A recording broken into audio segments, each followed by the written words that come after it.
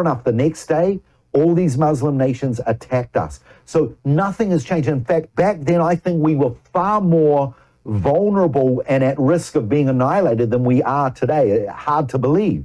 But because we didn't have an organized military back then, we had no water, we had no weapons, but obviously there is an unseen God who, it says, he that keepeth Israel neither slumbers nor sleep. He's watching over us. Yeah, he allows us to get spanked, to get hit a little bit there, to wake us up, to turn us back to him. But it's clear that he is faithful to his promises. Do you, my friend Marty Goetz?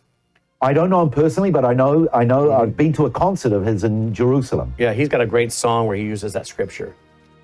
Yeah, Marty's got great music. Yeah, he does. Psalm Enchanted Evening is his best CD, I think. Psalm. I've seen it. P-S-A-L-M, you know, Psalm. Yeah. Psalm Enchanted Evening, fabulous. Marty and I have been in concert together a few times. Really? Already. Oh, yeah. Wow. Yeah. North Carolina, Wilmington, North Carolina, we did a concert together. And of course, we were doing music together, our Ozarks conference for years. But yeah, some group found out that we were singing together. They brought us both in to do a concert in Wilmington, North Carolina. He is a gifted guy, great Messianic Jewish man, and his wife, Jennifer, and their daughter. Yeah. And their Jewish son-in-law, who's, I can't say more, but let's just say he's on our team here in the U.S. doing some great work at important levels. Excellent. Yeah. All right, that's our broadcast. You're watching Worldview 2, built on the 35 years of Worldview books, documentaries, research, high-profile interviews, and the radio and television broadcasts of Brannon House. Colonel Rob Maness has a lifelong record of providing dedicated service to this nation. Having worked his way up from the enlisted ranks to full colonel, he served our country for more than 32 years. He has served as a bomber squadron commander, bomb disposal technician, Joint Chiefs of Staff Operations Officer, assisted the National Security Team with the campaign plan for the global war on terrorism. He authored the first theater nuclear war plan and served as the Vice Commander of America's largest airborne intelligence wing. Colonel Rob Maness is a true American hero.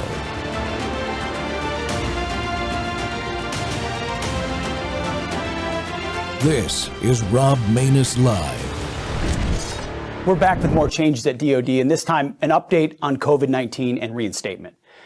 We all know that the previous administration issued unlawful orders on mandatory vaccines on an experimental vaccine, COVID-19. You know it, we know it. We're doing everything we can, as quickly as we can, to reinstate those who are affected by that policy. It hasn't been perfect, and we know that. We're having an ongoing conversation with you to get it right, working with the White House as well. We want anyone impacted by that vaccine mandate back into the military, people of conscience, warriors of conscience, back in our formations. We hear you. And we're working to get updated guidance as quickly as possible. So kind of here's where we are on more guidance we're providing right now. So in January, the president issued his executive order. We jumped right on it. In February, I directed the department to take corrective action regarding this specific department's unfair, overbroad, unnecessary COVID vaccine mandate. You know, we apologized then, apologize now for how it was done, and we want to fix it. So today, I'm signing a memorandum that directs the Undersecretary of Defense for Personnel and Readiness to provide additional guidance to the boards that are reviewing these cases concerning the review of requests from service members and former service members adversely impacted by COVID-19 vaccine mandate. The guidance also will facilitate the removal of adverse actions on service members solely for refusing to take the COVID-19 vaccine, including discharge upgrades, and less than fully honorable discharges for individuals separated for refusing to take the COVID-19 vaccine. So we're trying to scrub all that, clean all that up. We'll also facilitate appropriate remedies for service members who have suffered additional career setbacks resulting from the previous administration's unlawful vaccine mandate. So that original EO addresses the unfair, since rescinded COVID-19 vaccine mandate imposed on warfighters during the previous administration. We know how bad it was. You know how bad it was. And through this guidance, which I encourage you to check it all out directly, because it's an update going even further than what we've done in the past, this memo is providing supplemental remedies for service members and veterans negatively impacted by the DoD defunct COVID-19 disease 20 vaccine mandate. So more guidance here that we think is really important in getting this right. And we welcome you all back as quickly as possible.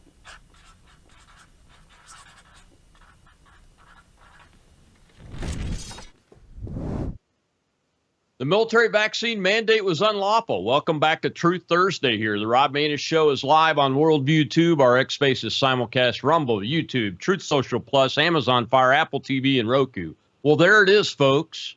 The military COVID vaccine order was unlawful. Well, here's my message for DOD.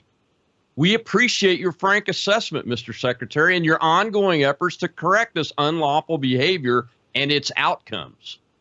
But the process cannot end at reinstatement of only the approximately 8,500 service members involuntarily separated solely for refusing the vaccine. Those words are important. They keep showing up in every memo, by the way. The actions of the Department of Defense, every service department, legal counsels, every civilian employee leader, every general and admiral, every commander, and every senior non-commissioned officer, when they enforce this illegal order, have to be held accountable. And each and every service member unlawfully discharged or coerced to leave the service through retirement or election not to reenlist must be made whole in the way that they feel they should be made whole.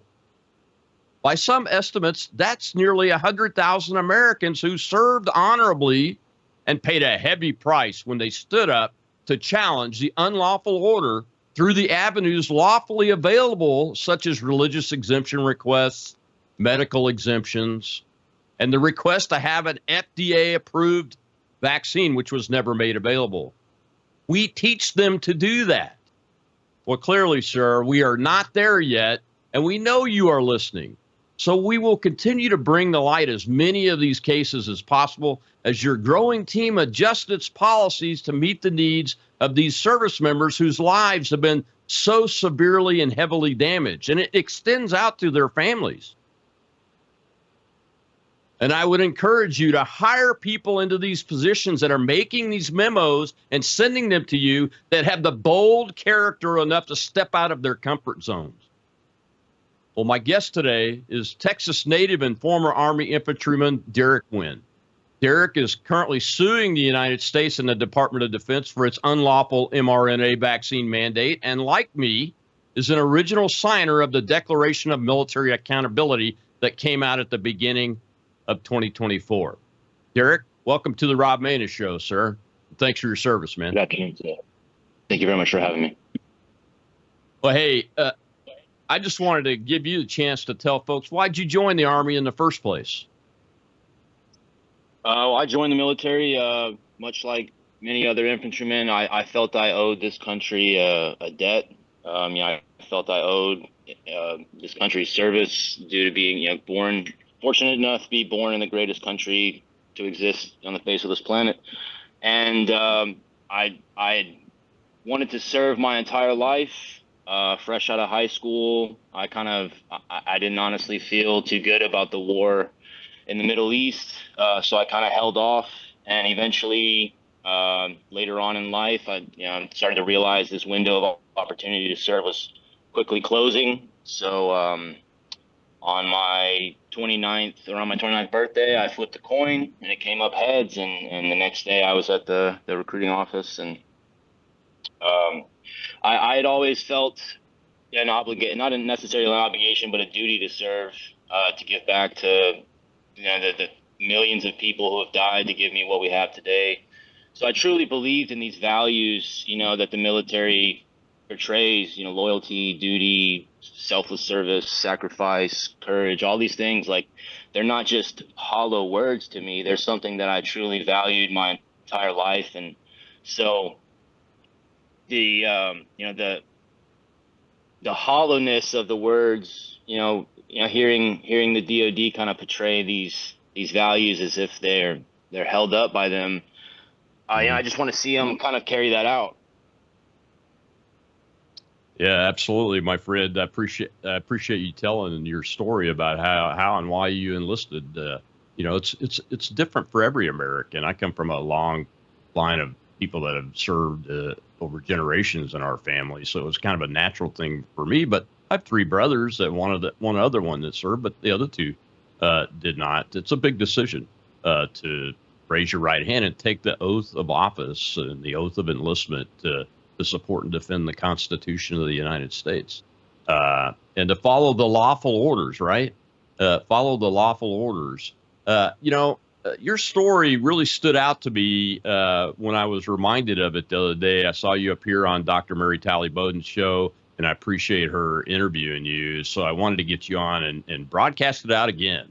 Talk us through the circumstances that led up to your decision and what that decision was about this vaccine mandate order that now Secretary Hegseth has said is unlawful.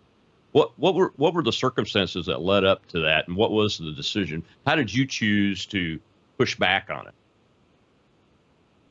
Certainly. So there was kind of like a slow creep with the mandates. Everybody could kind of see them slowly approaching, but at the time, the government was still gaslighting us into believing that this was, hey, we're doing this because we care about you, and this is entirely voluntary, because they were trying to coerce as many people as they could into voluntarily taking this so that they wouldn't be able to make a claim later on in the future when they inevitably were negatively affected by it. So there was I joined kind of at the height of COVID, when there was still they were still pretending that mandates would never happen and this was always going to be voluntary. So I never anticipated that that the mandates would reach deep within the infantry. So I enlisted later on, as they slowly creeped and started moving the goalposts in their favor. You could see a lot of interagency collusion going on, and between these government agencies, you could tell that there was, the very day that something would get approved by the CDC, the DoD would hop onto it, and so there was an obvious heavy hand from the top down. And anyone who was kind of inside that meat grinder could see it for what it was, with just using the slightest amount of skepticism, and so we could see that there was something being pushed onto us, and they were offering these incentives at first, like, oh, we'll give you like a 4-day weekend, or if you get vaccinated, you don't have to do XYZ, and there was all of these incentive programs being set up, and they were framing this as a readiness issue, so that leaders were put into a position to where, we were technically at war with COVID. So commanders were told, this is a readiness issue. If you don't get 99.9% of your guys vaccinated, we're going to replace you with somebody who will. So that created an environment for leadership within the DoD to basically, from the top down, burn your own guys. And so you push that down through 5 or 6 levels of command, and there's no one, in my position, there's no one for me to express my grievances to, because everyone in the chain of command is now culpable by it, because this came from the top down.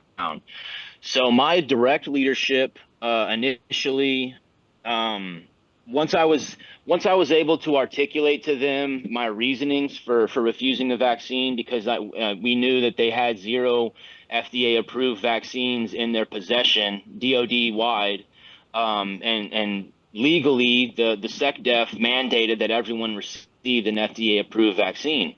So right. A lot of people inside the DoD, excuse me, a lot of people inside the DoD started calling them on that, and there was this kind of tug of war within the DoD. Because lawyers, this was being handled by lawyers every step of the way.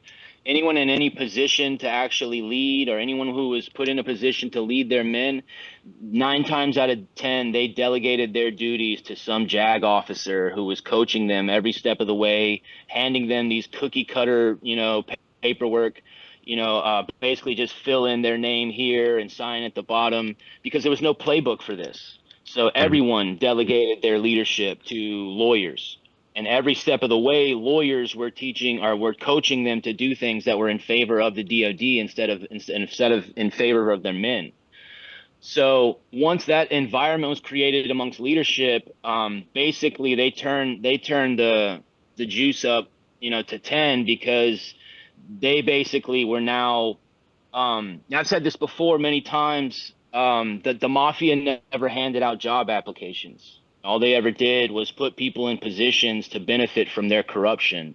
And that's basically what happened within the DOD is weak leaders who are willing to succumb to pressure to benefit themselves or progress their own careers, basically burn their own guys, because the pressure was too much. And then the few people that did buck back, they would find administrative ways to either, take them out of their positions and replace them with somebody else, or just closet them to make sure that they couldn't expose their beliefs to anyone else. And they specifically started targeting the chaplain corps and telling these chaplains not to give out religious accommodations and stuff like that. There were operations going on basically within the DOD, like these psychological operations to target specific groups of people, and prevent them from promoting these religious accommodations, prevent them from talking about, the minutiae distinctions between these new mRNA shots and the vaccines that we're accustomed to taking and stuff like that. Because what they did is they intentionally muddied the waters. Once people within the DOD came out and started saying, hey, we want the FDA approved shots and we know you don't have them, there was this stalemate that happened. And for a few months, nobody really knew what to do because it was still being worked out in legal. So everybody was just getting grinded down until somebody from legal told these leaders what to do. Well, it turns out that the Terry Aderim, they sent her out and she puts out a memo force wide. And this memo basically, it says, even though these vaccines are not FDA approved, they're formulated in the same way that this one vaccine, which was FDA approved, they're formulated in the same way. So you can use them as if they were FDA approved. And from then on, that was the green light for commanders to basically say, well, now you refuse this vaccine. We're using it as if it's FDA approved. So now we're gonna burn you. And that was everything that they needed to basically change the law in their favor. And they were gaming this every step of the way, kind of just jamming square pegs into round holes and doing everything they could to hammer down on dudes. And make them basically submit to this. We got to take a commercial break, Derek. When we come back, though, I want to continue this conversation. We'll hear a little clip from former JAG, Casey Dixon, who was one of the lawyers that didn't do what you just talked about and participated in this, what I call a conspiracy to deprive you of your rights. We'll be right back with Derek Wynn, U.S. Army infantry veteran, an American harmed by the unlawful order to give the COVID vaccine mandate. Dude, we'll be right back.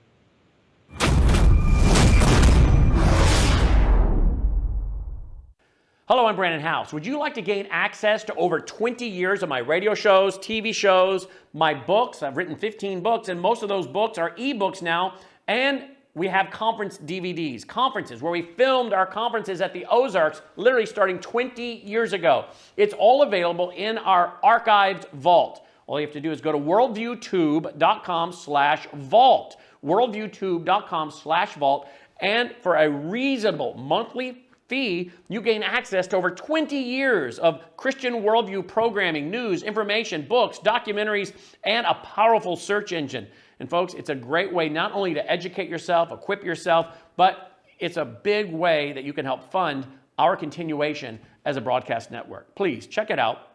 worldviewtube.com/vault, worldviewtube.com/vault, and help us continue pushing out a Christian worldview. All right, an unlawful order. What does that mean? Does that mean that every commander who issued that order is now open to civil and possibly even criminal liability? Maybe. What does that mean for the 7,000 soldiers and airmen and Marines who were kicked out? Can they start suing? Maybe. I want to bring in now retired Air Force Major and JAG Officer Casey Dixon is with us. Major, it's great to have you on the program. Thanks for coming on. Thank you for having me. All right. What do you think those words actually mean? Well, I'll say I'm still kind of reeling from the announcement because this has been a hard-fought battle to have that admitted for the last 4 years. We've been fighting for this exact admission, and here it is presented right to us. So I think the next step after this, once you are aware of unlawful activity taking place within the Department of Defense, the next natural step is to investigate that unlawfulness.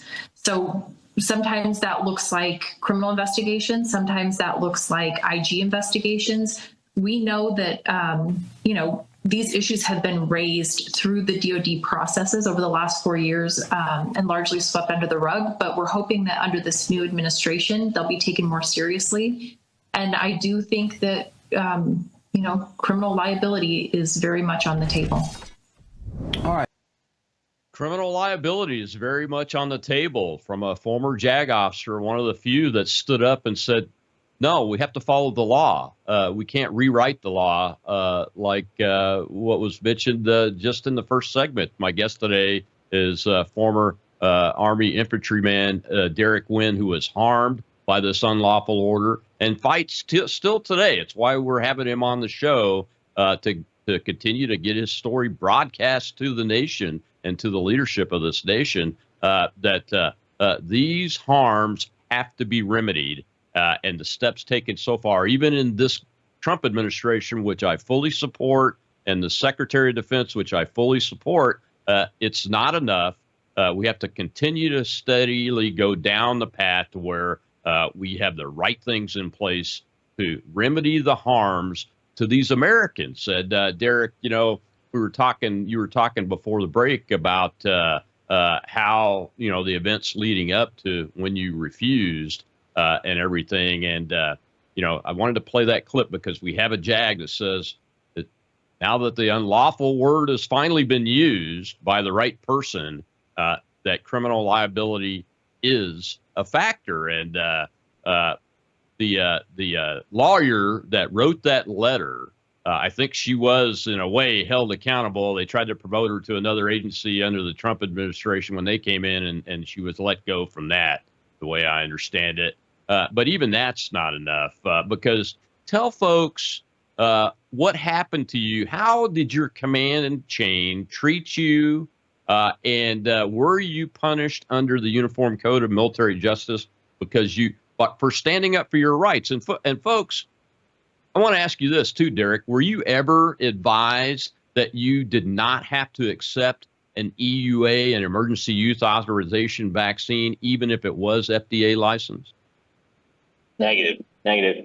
And initially, when it first became mandatory and I refused, I would receive negative counselings once a week, once every few weeks. And I would receive them from my team leader, my squad leader, my platoon sergeant, and my first sergeant, and then my commander. So every few weeks I would receive a stack of counselings, and eventually they started handing out GOMARs, which was a general officer memorandum of reprimand, and it was placed into my permanent file by a person I'd never met, I'd never spoken with. They'd never listened to my story.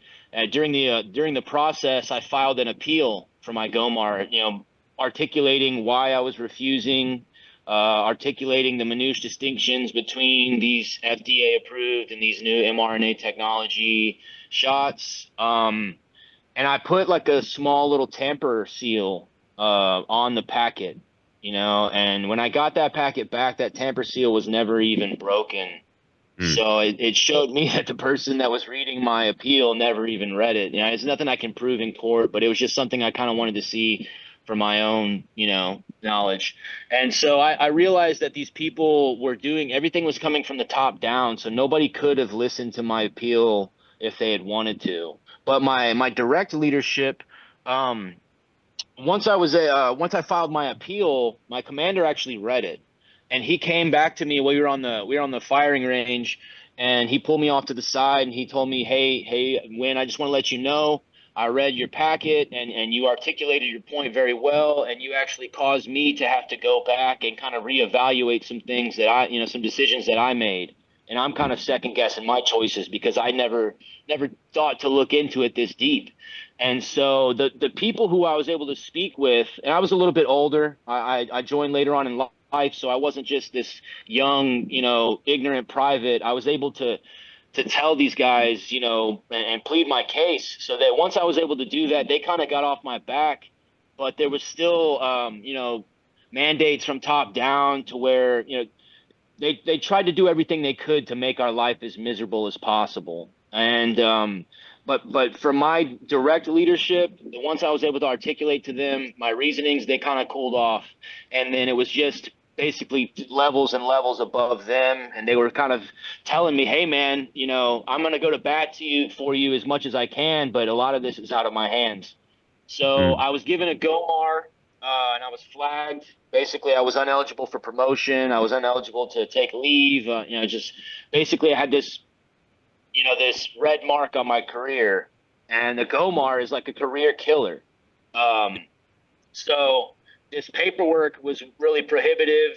It stopped a lot of people's lives. And so a lot of people, once they stop kicking people out for, directly for COVID, there's all these people who still have flags on their name. So they spent so long without being promotable, and now you failed to promote. So now you're getting kicked out for that. So they're finding all these ways to side skirt, it through legal jargon, basically, or even with the adverse side effects. They're not labeling these adverse side effects, a direct result of these shots. They're just saying people had these pre-existing conditions that they must have met during MEPS.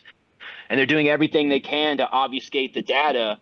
Even the PACT Act, was put out so that they could obfuscate the data around the huge uptick in cancers that are going to be a direct result of all of this stuff. So now if you add the PACT Act in there, and there's hundreds of thousands of claims from Vietnam and Agent Orange, it'll be 40 years before the world puts everything together. But within the DoD, whistleblowers started to report these adverse effects, and instead of listening to them, and hearing these grievances, they silenced these people, and they took away their credentials and locked them out of the system so they couldn't get these numbers out to the world. But before that happened, people took screen grabs and people pulled the info and stuff like that off of the DMED system. And that's basically the system within the Department of Defense that all of our medical information is stored in, all of our families, all of our children's medical information is stored in. So it made us the perfect subset for the entire population of the country, basically. They were using us, in my opinion, as lab rats for these shots. And because we were getting the first batches, we were going to be the first ones to report on it. And they silenced anybody who was putting a bad name or putting a bad taste in the people's mouths for this mRNA technology, because they were still trying to sell this in the civilian sector. So if it had gotten out that the DoD was being ravaged by this stuff, they wouldn't have been able to sell it to anyone. So there was an obvious, you could see all of these agencies colluding with one another to spin a single narrative. And that single narrative focused on how mRNA technology was the end-all be-all. It was the only cure. There was no room for ivermectin or any of these generic alternatives, because you couldn't bring an EUA product to market if there was a cheap and effective generic alternative. So that's why they were, painting Joe Rogan's face green on, on the news and stuff like that, trying to sway public opinion on these other cures for this stuff, because it was a PR move. They were selling a product to the American people. And there's a lot of people who believe that, the DoD basically sold us off to be used, to these pharmaceutical companies as lab rats and stuff like that, because the heart conditions that people were developing, it's escaping me at the top of my head right now, myocarditis, pericarditis, stuff like that, that was elevated in basically military age males. So we were like the perfect subset to be used as a test for that. And so there was this obvious, they were trying to snuff this message out to keep it from getting to the world. So that alone was even more reason to want to oppose what they were doing. And they were using medical professionals to gaslight us into saying things like, oh, well, Thomas Jefferson promoted vaccines to fight off the scourges of smallpox during the Revolutionary War, and trying to like appeal to our patriotism and stuff like that. And there were people who were labeled insider threats. You know, they weaponized the mental health system against soldiers. And people need to realize this. Soldiers have killed themselves because of what the DOD was doing to them. So they've weaponized the mental health system. They weaponized CPS. They would threaten to take away people's children because they go to school on a DOD facility and their kids weren't vaccinated. So this whole like, hey, these 8,000 people who were kicked out, we can just buy them off. We can buy their silence with back pay, and everything's hush hush. You know, Trump's back in office, so America, that's not going to cut it, because the damages that were done were institutional from the top down. So we need to basically, even these commanders, this was structured in a way to make the commanders the fall guys. You know, while this was happening, it was written in the law that says that the commanders were obligated to be able to facilitate these vaccines. And no commander even read it. You know, they were all just being handed these packets, signing at the bottom. And so a lot of them, this was built in. This wasn't something that was just cooked up overnight. This was premeditated since long before, like after the anthrax debacle, and they just tried to run it back 2.0. And so they designed it in a way to where everyone's culpable in the crime. So your ability to get, you know, we're fighting not only against people in failures of leadership who failed at their job, and we're asking them to hold themselves accountable, but we're also fighting against the psychology of people who were tricked by this. So if you're going to try to convince somebody who was tricked, you better be prepared for them to fight you tooth and nail on it, because the psychological aspect of that is insurmountable. So, and then, like, God forbid, parents were stricken with enough fear to put this into their children. You know, and now their children's lives are forever changed for this. So this is not just a DOD issue. This is a nationwide issue. And the reason why the DOD's fight is so important is because everything that was done to us was done with signatures at the bottom of that paperwork. And we can prove the top-down mechanisms of coercion that were used against us, and we can extrapolate this into every sector of society. People like Mary Talley Bowden, you know, teachers, firefighters, police officers, every sector of society, we can extrapolate the same top-down tactics that were used to basically force people into choosing between your life or your livelihood, and then ostracizing those who chose to buck against it. And for me, this was a litmus test. You know, this was a litmus test for freedom, and America failed miserably.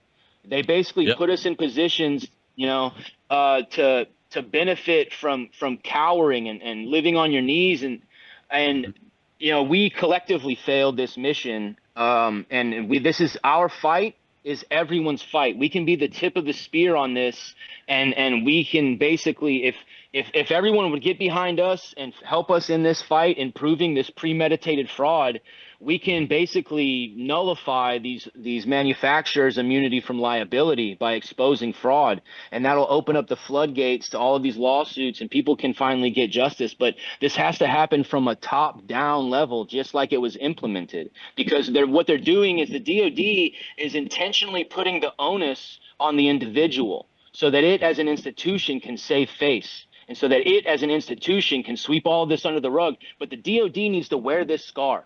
The DOD needs to wear this so that the future leaders of this institution can see what happens when failure of leadership takes over, when there's weakness in leadership, and when people who are susceptible to the hard, you know, taking the easy left instead of the hard right, we don't need them in positions of leadership. And we saw globally what happens when these cowards are able to, you know, to lead, and they're not elected through meritocracy or whatever. So, you know, the DOD can learn from this, but we as a nation, we are not a nation that just hides our flaws and pretends they don't exist. You know, we need to wear that, you know, and you know, take it on the chin, have some integrity, and call ourselves out for our own shortcomings. And we collectively failed. You know, if we had universally shrugged this off, like if 80-90% of us had just rebelled against this would have been a drop of water on our back.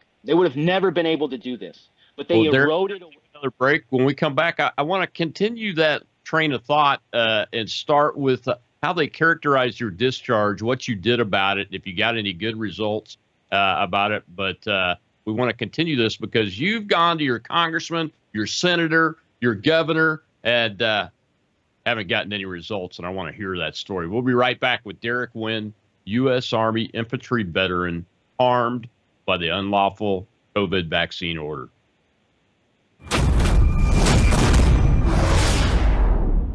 We went over a little bit. Colonel Burton will get to you when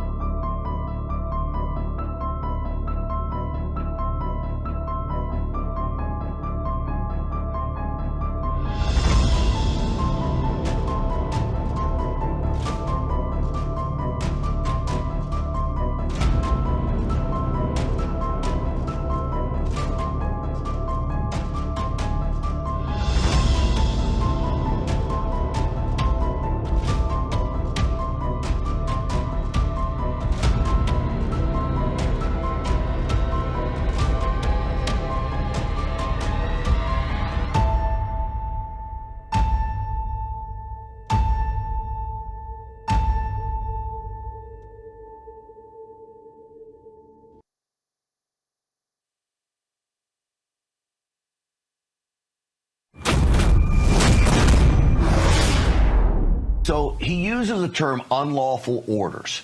I have to believe that he chooses his words very carefully when he says this. Those two words, unlawful orders, mean a lot, don't they? Can you explain why? So those words are extremely important. And I would actually love to have been a fly on the wall to see, who was advising him. And you said in your opening commentary that he's making big waves. As someone who sat as a JAG and watched the behind the scenes on how every word in a memo, how every word in a speech is parsed out, this is a huge wave to have him use those words unlawful. And the implication of him using those words is that it vitiates all of the actions that have been taken against service members over the course of the entire mandate. And it really, it presents a huge problem, not only for the DoD, but for individual commanders in their personal capacities, especially depending on what these investigations reveal and how much they knew about whether or not these orders were unlawful. I know that there are multiple scenarios where the unlawfulness of these orders was specifically and expressly raised to commanders who completely disregarded it.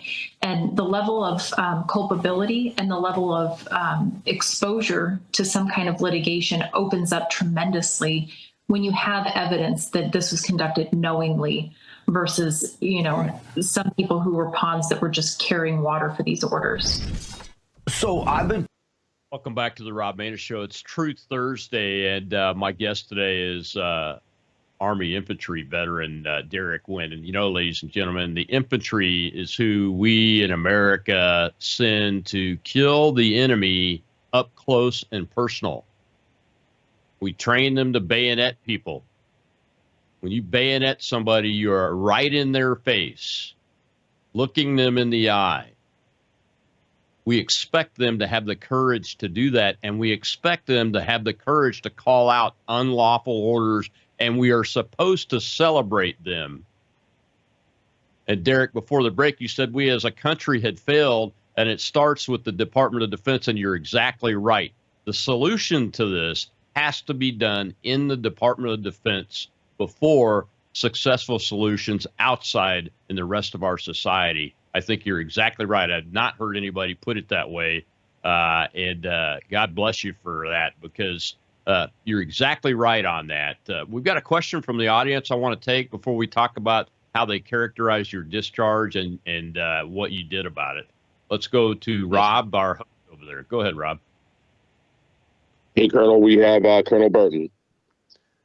Hey, Derek, thank you for your service. Thank you for your courage. My question to you is, what would it take and what do you need to see to get to a point where you would recommend your children and your grandchildren serve in the military, given what we've seen happen? I'm going to be perfectly honest. There would have to be drastic punishment for the leaders at the highest levels of this military who knowingly betrayed the trust of the sons and daughters of this country who were willing to die and serve, this country with their life. That to me is not something that can be taken lightly. That to me is the most treacherous act of treason. I would expect this from the enemy. I would expect this from someone not at the head of an institution that rules from a position of moral authority. I would expect that from anything but an organization that I was willing to die for. Like at the bottom of the stack, you have to be willing to trust in your leadership at every level. You have to be able to trust at layers of leadership. And people in those positions, they besmirched the entire institution. They besmirched this country. They spit in the face of millions of people that died before them to give us what we have now. And from their position, their position of their ivory tower of authority, they destroyed everything. So as a voluntary force, people of good conscience, men and women of quality, are not going to want to serve a hollow husk of this, of everything it claims to be. It's going to take a lot. I would have to see the exact opposite of what's happening right now. What's happening right now is I believe the institution is trying to save face as a whole and trying to make sure that, 20 years from now, mankind doesn't remember what they truly did. So it would take a lot, basically, is my answer. Yeah, and what we see, Derek, that's a hard question to answer, too, what Colonel Burton asked you, and I totally understand it. I get that question a lot, too.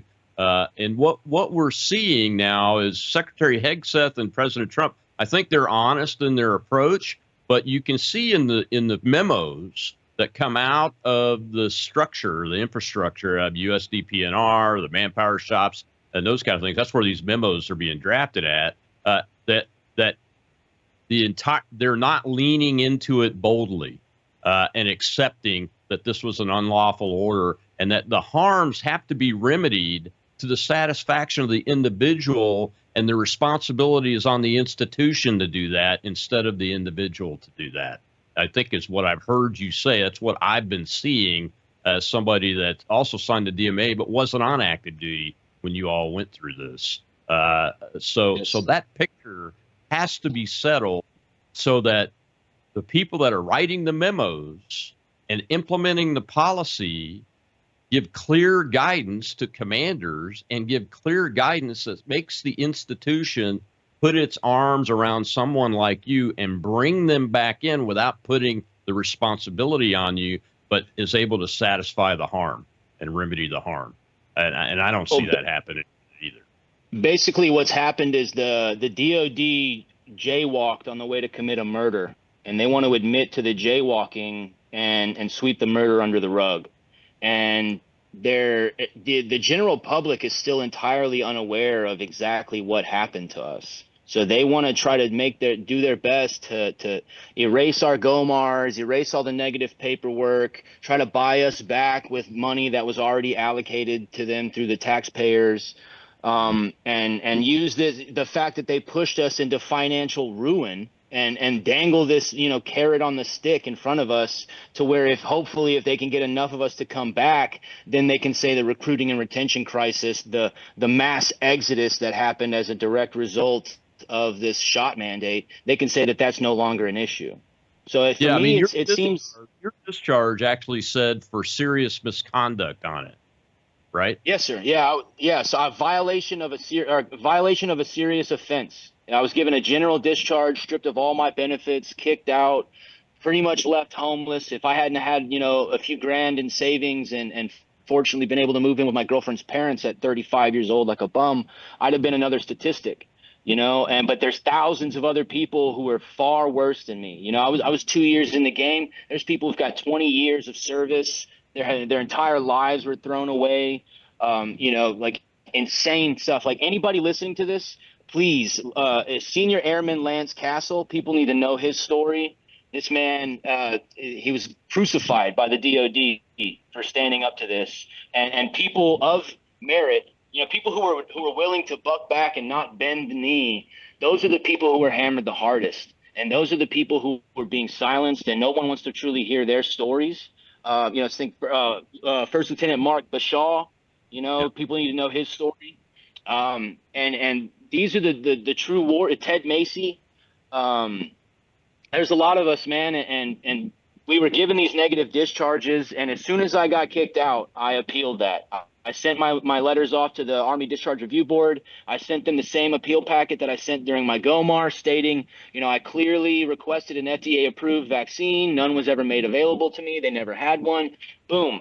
And I don't hear anything back for 6 to 8 months. So I started going to my congressman every day. Every few times a week, I'm going to my congressman's office with a 3-ring binder full of evidence of crimes against humanity, trying to get him to act on this in one way or another. And every step of the way, he wanted to keep me at arm's length. He wanted to treat this as an individual issue and treat me as like a disgruntled individual who was upset for being kicked out of the military, instead of this canary in the coal mine trying to bring to him this, proof of these grand crimes that were being committed. Because at the time, I believed he's a conservative politician, and these, crimes are being committed against members of the military. I thought for sure, he would eat this right up. He would be totally interested in this.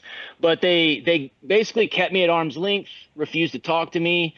I get a letter back from the Army Discharge Review Board saying, hey, due to the sheer number and complexity of these cases, it's going to take us at least 24 months before we can review your case for an upgrade to your status. And at the time, I couldn't, get a job because I was kicked out of the military. And if I tried to explain why I was kicked out of the military, it was this vaccine issue. It was such a contentious subject. I couldn't even get unemployment because I couldn't prove that I had an honorable discharge. So there's all these thousands of ways that institutionally people fell through the cracks, and this ruined people's lives like in an immeasurable way. So after they tell me, hey, it's going to be 2 years before we can review your paperwork, I go to my Congressman Brian Babin, and they tell me, oh, well, if you don't hear anything in the next 2 years, let us know. They had zero appetite, to check in on if I was homeless on the streets, or, at the time I was expressing how much this was hurting me, mentally. And I was, they showed zero, desire to represent me in any way. And I was begging members of his office for a meeting with my congressman. I told him, hey, at least let me get a phone call, a Zoom meeting or something. I'll drive to Washington on my own dime if that's what it takes, for me to meet with my own elected representative. And every step of the way, they gave me these pleasantries, anything they could to just get me off the phone. And so I go to Ted Cruz. I speak with Ted Cruz. I speak with his former military legislative assistant, Tim Dill, who is now the head of USD personnel and readiness. He's the one who actually sent us out these letters saying, hey, you can come back in this most recent packet. But I've spent hours on the phone with him, meticulously articulating the things that I'm explaining to you right now. So the fact that I know for firsthand, I have emails between him and I, that he has firsthand knowledge of the stuff that I'm bringing to you guys, and he's still out here acting like he has a desire to bring us back, but he's burying the lead. What they're doing is not admitting the true crime, so they can try to buy us back and cover it up under the rug, and the DOD as a whole can save face. And that's why unlawful order is extremely important. We got to take one last break, Derek. When we come back, we'll continue this conversation and dig into that unlawful order piece to this, because you're exactly right. The infrastructure below the secretary is not acknowledging this is an unlawful order and everything that goes along with that. We'll be right back with Derek Wynn, Army veteran.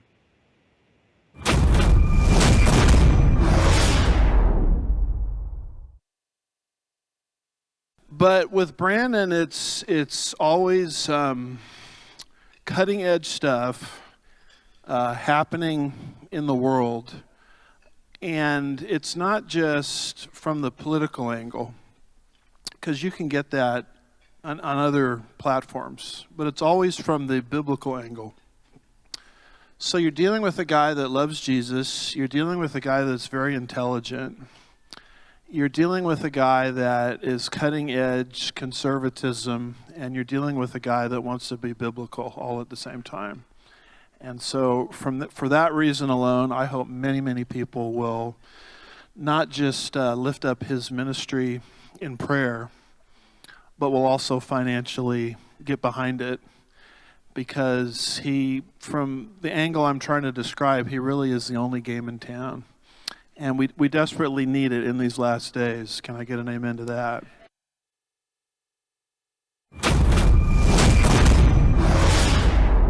You could look at possible criminal charges. You could look at civil charges, opening up lawsuits from some of these soldiers. Are we talking about not just generals at the top making these decisions and pushing them down to their troops, but could a captain at an army barracks someplace who made their platoon get vaccinated, could that captain be liable in this? In true lawyer fashion, I'll say it depends. It depends on what the investigation, the facts would bear out, but there very well could be liability at an individual level. There are things that are conducted in your official capacity, and you gain some kind of protection and immunity for that. But if let's say hypothetically, if there was a conspiracy to deprive these service members of rights, and if this was done knowingly, are you actually acting within your official capacity, or are you, taking this frolic outside of what is within the realms of your position to order? So I do think that investigations need to take place so that we can see at what levels, how much was known, at what levels. And, unfortunately, I think that there are probably people in the military who didn't realize that they were violating people's rights, but that might very well get caught up in this. And look, there was a conspiracy. I can tell you where the conspiracy point of entry is. It's that legal counsel letter saying that the non-FDA approved vaccine could be used to replace the FDA approved vaccine that made the law order that Secretary Austin signed somewhat legal. But even then, no human being in the United States of America can legally be forced to take a vaccine that is still emergency use authorization, that includes the men and women that wear the uniform of this country. That's where the conspiracy started. My guest today is Army infantry veteran Derek Wind, and we're talking about his story of what happened to him and getting his thoughts on what needs to happen. And Derek, before the break, you were talking about your discharge and your Congressman and Senator Cruz's staffer, Mr. Dill, who's now in the USDP in our structure, I think as the Assistant Secretary for Manpower and Reserve Affairs. So is very familiar with your case and having spent hours on it with them. First of all, your discharge, was it ever fixed? Yes, sir. Eventually it was fixed in a 5-0 vote. I was unanimously upgraded to an honorable discharge, and in the reasoning for doing so, the Army Discharge Review Board laid out on paper that the reasoning for my discharge upgrade was because the DoD was unable to facilitate the mandates that I was being kicked out for failing to comply with. So that document was actually one of the first documents, to my knowledge and to our little network's knowledge, of any government official putting on paper what we all knew to be true. And so at this time, I was going to my congressman and my senator, basically asking them to write a letter to the House Armed Services Committee, asking them if and why not service members weren't offered the FDA-approved vaccines that we were mandated to take. Because in my eyes, that would have been, if they were truly advocates of our cause, that would have been all we needed to get this ball rolling years ago. And that would have been basically opening up the floodgates, because we would have gotten any government official to put on paper what we all know to be true. But because they all refuse to touch this with a 10-foot pole because it's political suicide, they've been able to kick the can years down the road. And so I eventually was able to attend a political rally where Greg Abbott was. And so I personally handed our Declaration of Military Accountability and a few more documents to Greg Abbott himself, shook his hand, looked him in the eye, and told him, a brief 30-second synopsis of what was going on, and told him, hey man, like I was made homeless because of this, and there's thousands of others like me, and thousands of Texas service members and our bravest women and children were hurt by this. So please, if you truly love this state, like don't get caught up by the federal issue. Like crimes were committed in Texas against Texans, and as a governor of this country, or as a governor of this state, I would expect him to at least have said something about it or whatever. But it's been over a year and a half, not a word. I've never gotten a single phone call from anyone from his office. And so what I've been trying to do is basically expose these because people on the other side of the aisle, people on the left, they'll look at us as like these anti-vax conspiracy theorists or whatever, and I kind of expect that. But people on the right, they've kind of there's been these charlatans, that pretend to advocate for our cause, but they keep us just close enough to kind of serve as a pressure release valve and silence our legitimate grievances. And as soon as we start developing enough pressure, they'll throw us a bone and kind of serve as a pressure release valve. So even with this recent SecDef claim, notice how he said out loud that it was unlawful, but it wasn't written down on paperwork. And so there's a huge distinction between that. And so we're getting these little, like these low hanging fruit wins every 6 months or so, but in my mind, what they're doing is kind of gaming social awareness and kind of letting the rabbit out of the hat little by little, so that the American populace can kind of digest it. And they're trying to find a way to make this a political kind of, put this all on the Biden administration and make this a political thing. But in reality, this is an institution. Like I've said this before, people are willing to die for the Constitution, and people are willing to die for the institution. And people like me who are at the bottom of the stack, who truly believe in the values that this country, claims to stand on, I'm willing to die for the Constitution. And there are people within this institution who are doing everything they can to preserve their positions of power within this corrupted institution. And we need to be able to have, tough conversations with our own, not with, whatever. We need to be able to look our own in the eyes and say, what are you doing about this? You know about this, and your lack of action has allowed this problem to fester. And mRNA technology has made leaps and bounds of progress since, what happened within the DoD. And if we don't establish the legal precedents necessary to prevent them from doing it again, they're just going to run it back. And I think that's why politicians are refusing to look at this, because they know we have a checkmate. We have them dead to rights. So if anybody were to look at the evidence, it's undeniable what happened. So if they can just try to sweep it under the rug and obfuscate the truth around the true totality of what happened, the DoD as a whole will be able to save face, and they'll burn a few commanders who they set up to roll on, and they'll buy back a few people who are willing to take a buy off to come back. And then the principled people who will never come back, they'll just never come back, and the DoD will be lesser for that. But they're willing to accept that in order to cover up their crimes. And if we allow them to get away with that, everything that this country pretends to be is null and void. And we are collectively allowing corruption to take over these institutions, that millions of people have put their lives on the line for and died for. It's we rule the world from this position of moral authority, and we need to actually uphold that. If the DoD is willing to do this to their own, there's nothing they're not willing to do. That's the problem. That's not. Generals and admirals and SESs have fought to protect this institution instead of to protect the Constitution that they swore their lives to defend and support. Instead, they turned to the institution itself. Now the institution is in preservation mode, and it's enabled by people that think that way. So we got a couple minutes left here. Let me take a question from the audience real quick, and then I want to get your take on what advice you would give Secretary Hegseth to try to get this policy right. Go ahead, Rob. Colonel, we have Patriot Paul. Hey, thanks, Derek. Sorry for everything you've been put through.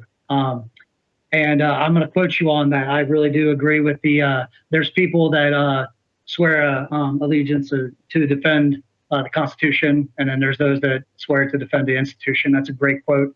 But as a newly enlisted member of the Army, do you have, and someone that's also scared to death to ruffle the waters concerning vax, when you go to boot, there's like 18, 17, 18, 19 vaccinations that you're supposed to go through.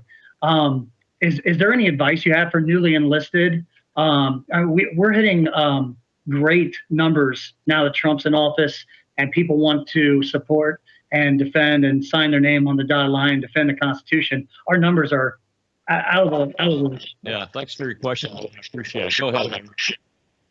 Go ahead, Derek. Answer his question. What advice would you give new enlisted guys and gals? So honestly, I went through a kind of a weird stage. I went through kind of before the mandates were a thing. So they were kind of fast and loose with the shots and stuff. But as far as opposing the shots or anything like that, I honestly didn't oppose the other shots. I took all the other shots and everything like that. It was only the mRNA shots that I opposed, and I did so off of this principled stance. But what they've done now is they've mixed the mRNA. I believe so. I don't want to misspeak on it, but I believe that they've mixed this mRNA technology into the general flu vaccine as well. So they're trying to pull another kind of like, you can't refuse the flu vaccine. They're adding it into the mix. So, yeah, I honestly, I'm unfortunately, and that right there is where we have to leave it. That's the problem that you were just talking about. The flu vaccine is now being treated as if it's the COVID vaccine, and they're actually kicking a pilot out that we need desperately out of the Air Force right now because of the flu vaccine. Well, folks, tomorrow or next week on Monday is More War Monday. We'll have Matthew Brunnerman to talk about his book, War Business, The Hired Guns of Helmand Province. And that's going to be another great show right here on the Rob Maness Show on Worldview Tube. I'll see you then.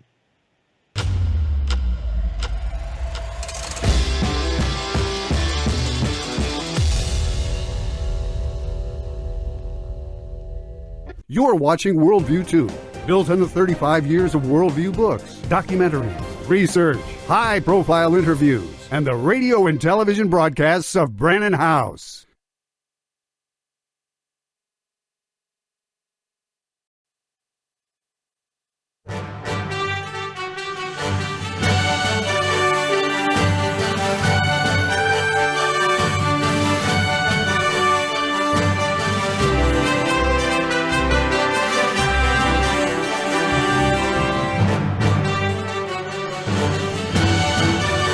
And good evening, and welcome to the Worldview 2 Washington Report for this evening, April 30th, 2025. Joining us is my co-host, and that is, or am I his co-host? We co-host together, however you want to say that, is Jim Fife. He joins us. Path. I always want to try to use phonics. It doesn't work on his name. Jim, I'm sorry. I'm practicing. I'm hooked on phonics. I'm trying. No worries at all. Good to see you. You too, my friend. Are you still in Indiana? I am leaving on the weekend. See you in D.C. All right. Oh. Did Logan get you the paperwork to get your press pass? Logan? I don't know. I don't know if he did or not. You do that right this minute. Email him right now, Logan. We were talking about that 24 hours ago right now. It's not like Logan doesn't have 1,000 things going, but time is of the essence because we got to get him a Secret Service detail. We got to get his background done so we can report from the White House lawn. Let's go to this. You sent a graph tonight. You want to talk about this graph right here? Well, yeah. So when I brought this out, let's kind of set this up. Maybe pull the graph down for just a second, Logan. All right. So let's kind of set this up. So we're in the middle of a reconciliation bill situation. Remember, the budget committee passed the ground rules for reconciliation a few weeks ago. And now the House is spending a lot of time going through all their various budget things. One key factor in this is the argument over extending and continuing the Trump tax cuts, which went into effect in 2018. And that what's happening is, and listen, the Congressional Budget Office does this all the time. The Senate parliamentarian and their folks do this too. They're scoring a continuation of the Trump tax cuts and adding the no tax on tips, no tax on overtime, no tax on Social Security. They're calling it about $5.1 trillion against spending over a 10-year period. But here's the problem. The Trump tax cuts are already in place. You don't score that, but they are. And this is one of the quirky, stupid things that happens in Washington, D.C. They hate tax cuts. They will not allow any tax cuts to be considered unless it gets scored against the, just scored against the budget that's being proposed. So now put the graph up. I want to show people, as you're looking through this and considering this situation, I just want to show you this. 2018 is when the Trump tax cuts went into effect. They were passed in 2017. And you can see from this graph, with the notable exception of COVID, that revenues skyrocketed. These tax cuts have been in place the entire time. But here's one thing that's very interesting. When you add taxes, so Congress, they're under Biden, implemented in 2022, December of 2022, a minimum 15% corporate tax on every firm that had $1 billion of revenue and more. And I'm not saying this drop in revenue is directly related to only this, but it is a factor. So the point that we're making here is that tax cuts do not harm spending. They tend to help it, particularly in a society that taxes any citizen over 10%. Just going to the tithe example here. Like we are getting our money confiscated all the time. And this is important because of the Laffer curve. The Laffer curve is Art Laffer's theory that when you cut taxes, you actually increase revenue. Now, there's a whole lot of details to how you evaluate the curve. At some point, you reduce taxes so much that actually you aren't gaining extra revenue. But obviously at zero, you're not gaining any extra revenue. So on the low end of the curve, you don't get as much. But when you are lowering taxes at the rates we're living at right now, you tend to get far more revenue than you can even imagine. This has always been the case. It happened with the Reagan tax cuts. It happened with tax cuts that took place during the Clinton administration. There were some modest tax cuts that happened there. The Bush tax cuts, same thing. Revenues skyrocketed. So as you're listening to this debate, because the taxes are a big part of this issue, that's one thing to point out. We can talk about other aspects of this, but I just wanted to point that out. Do you see what I'm saying here, Brandon? Yes, absolutely. Yeah. I mean, we look at this whole thing wrong all the time. We allow the people in Washington, D.C. to lie and tell us something is that is not. Well, and that's, of course, why groups like this network are growing. And again, today, this is what, the second or third time now? Caroline Leavitt has brought in the new media and given them a special briefing and let them ask questions in the, I don't know if that's the basement of the White House, but it was that soundstage they built for Biden. I think in the OEOB, in the old executive office building. Old executive office building. Okay. Yeah. Okay. And she's bringing them in to let them ask questions. She's done that again today. I saw Eric Bolling, looked like Bo Loudon, Dr. Regina Loudon's son, and several others getting to ask her questions. So when this White House said that they were going to really kind of roll out the red carpet for the alternative media, they weren't bluffing. They really have done it. And I didn't know if this special briefing for the new media was a one-off, but it's happened at least now a second or third time. So it seems to be, they are really realizing the people are done with the mainstream media. And the reason the most of them are done is, well, you're giving a perfect example now, how the media lies to us about basic things like this. Did we just lose him? Is he frozen? No, I'm here. Okay. Oh, I thought you were about to put something up. I Oh, apologize. no, this, meaning this chart. Yeah, exactly. This set. Listen, what Caroline Leavitt's doing, obviously at Trump's behest, is really radically transforming how we do things. Like, for example, I do not see graphs like this shown very often. Again, I want to be very clear here. I'm not saying the drop in revenue after the corporate minimum was directly related to that, but it is related to it in part. There are other factors too. We did have an economic downturn happening about that time. We had inflation going crazy. Inflation reduces, it doesn't reduce dollar spending, it reduces dollar power.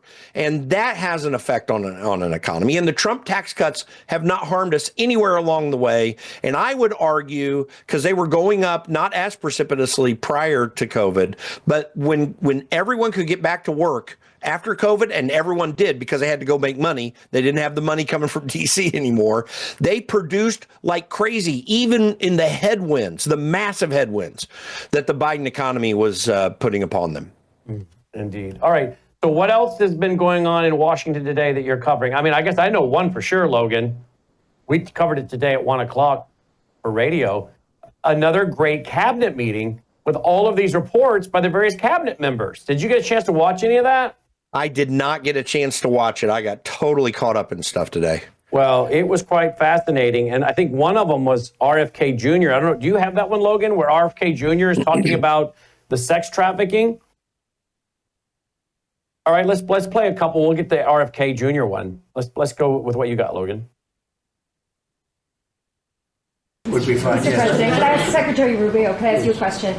You brought up El Salvador in your remarks. Have you been in touch with El Salvador about returning Abrego Garcia? Has a formal request from this administration been made? Well, I would never tell you that. And you know who else I'll never tell? A judge. Because the conduct of our foreign policy belongs to the President of the United States and the executive branch, not some judge.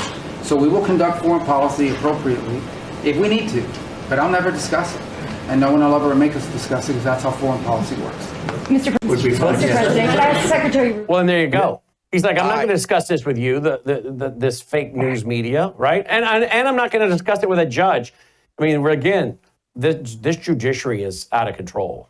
Well, listen, what Rubio said there is fantastic, by the way. And for a guy who, you kind of like, but there are certain aspects of when he was a senator that started to be bothersome for me in war and in supporting the Patriot Act. I had my concerns, but overall, he has some good qualities, and this is one of them.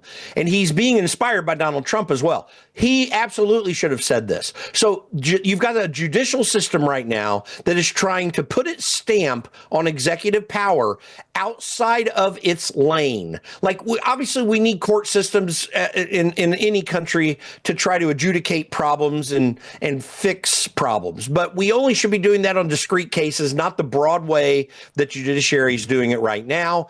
And Marco Rubio is absolutely correct. Article 1 power resides in the president. He's acting on the president's authority to do whatever they're deciding to do privately and to refuse to answer courts on foreign policy, which is absolutely outside the lane of the judicial branch. The judicial branch can only deal with cases at law here in this country. They don't have authority when it comes to our foreign policy. So, yeah, well done, Marco. He's absolutely right. I support it 100%. Let's go to the next clip. As the role, we have ended HHS as the role as the vector, the principal vector in this country for child trafficking. And during the Biden administration, HHS became a collaborator in child trafficking and for sex and for slavery. And we have ended that, and we're very aggressively going out and trying to find these children, the 300,000 children that were lost by the Biden administration. And this is what HHS whistleblower Tara Rhoda has told me here many times. And now you have the HHS secretary backing it up and talking about it. Did you ever think you'd see this day? Because I sure didn't.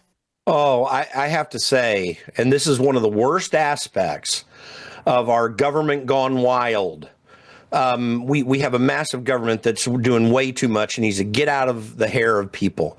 But when you consider that for the purposes of supporting mass immigration, that they have been facilitating child trafficking anywhere in our government, and I'll bet you HHS is not the only place, then the breathtaking absurdity of what the Biden administration was is an outrage. And I have to say, the lawlessness that we were subject to when it comes to censorship, when it comes to so many things that the Biden administration had done, massive regulations, we dodged a bullet getting Donald Trump elected. We defeated, at least for a short time, what really is a deep state type operation. And people hate that word and they can think it was overused. I don't, I always was cautious with it. I'm not cautious anymore. These are government actors who are deciding to do what they want to do against the will of the American people. They are acting as socialists, or were acting that way, destroying our country, telling or implementing policies that had nothing to do with the will of the American people outside the normal processes that are laid out in the Constitution. It is lawless. And I got to tell you, and just, back to the budget just real quick, Chip Roy had a post today saying, if we're not going to get rid of all of these Obama programs out of the budget, then what are we doing here? Like, that's a lay down. The Obama policies were put on steroids during the Biden administration. These are easy fixes in reconciliation to get rid of things like this that was happening in HHS. It's absurd for Republicans not to push harder. And as I've said many times, the weak part of the Trump agenda is Republicans in Congress. Wow. Let's go to another clip here. This one is Marco Rubio talking about how the Biden administration was naming certain people as disinformation people. Watch this. Something else we got out of the business of wasn't widely reported, or maybe it was. We had an office in the Department of State whose job it was to censor Americans. And by the way, I'm not going to say who it is. I'll leave it up to them. There's at least one person at this table today who had a dossier in that building of social media posts to identify them as purveyors of disinformation. We have these dossiers. We are going to be turning those over to these individuals. Me or Elon? We can follow up with the media story. Well, we are going to turn over these dossiers to the individuals, and they'll decide whether they want to disclose it or not. But just think about it. The Department of State of the United States had set up an office to monitor the social media posts and commentary of American citizens to identify them as vectors of disinformation, when we know that the best way to combat disinformation is freedom of speech and transparency. I mean, we were this kind of third world dictator stuff that goes on that they're uncovering and talking about now freely. And it used to be interesting. There was a time, you remember it, when one administration didn't say much about the last administration or the previous administration. They all played the game, the uniparty. And how well has that worked out for us, right? And now the curtain's being pulled back, and the American people are finding out just how wicked the last administration was. But you would have never seen a George W. Bush administration doing this. Never.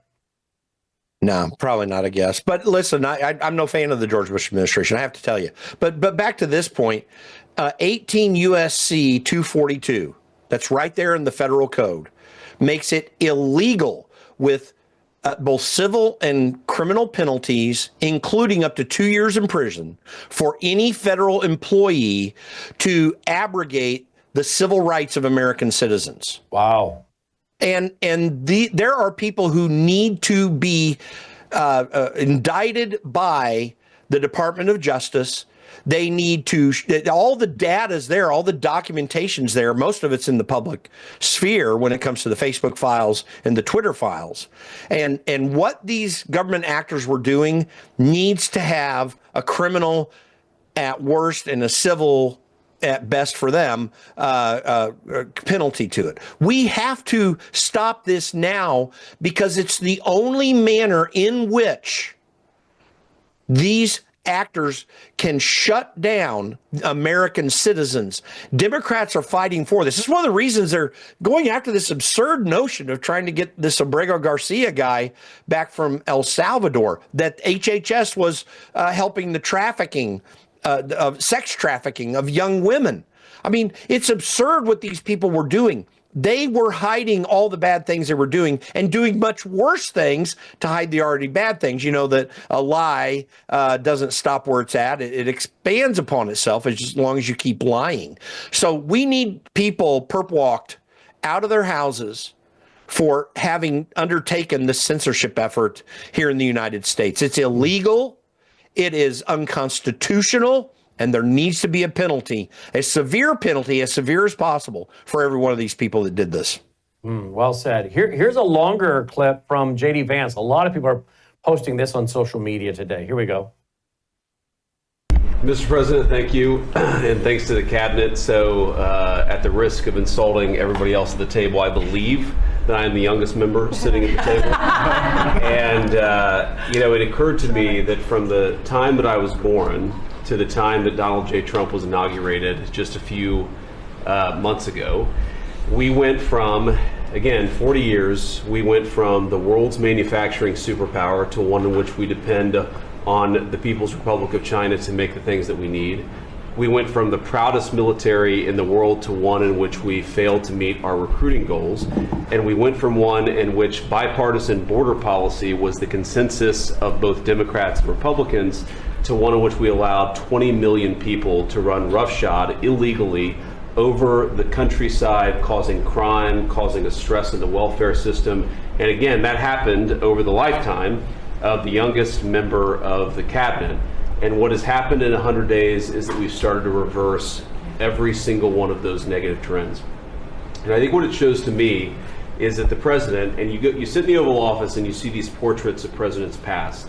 And let's be honest, most of them have been placeholders. They've been people who have allowed their staff to sign executive orders with an auto pen instead of men of action. And the reason the media attacks this administration as chaotic is because the president is solving the problems the American people set about to solve. He's actually doing the things that he promised that he would do. And Mr. President, it's been an honor to be part of it for the past 100 days. And let me just make one other observation, because it's interesting. I've seen the data, I've monitored it, I've looked at it, but the most underreported fact of the first 100 days is that we came in with a massive recruitment shortfall. And in 100 days of Secretary Hegseth and President Trump's leadership, we now have people breaking down the doors to join our military. To the media assembled here, it's a really interesting question. Why has that happened? Completely aside from the fact that I think it's a good thing, or I think that President Trump deserves political credit for it, why did we go from a military where people didn't want to serve to now all of a sudden they do want to serve? That's a story you guys should cover.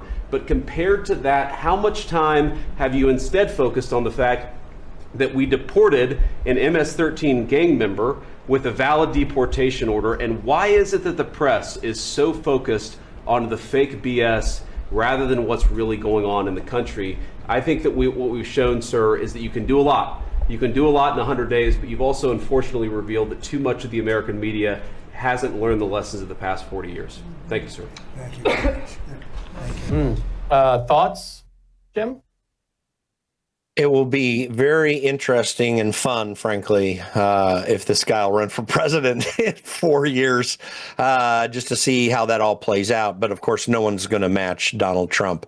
And that's really the message here. Donald Trump's leadership does matter.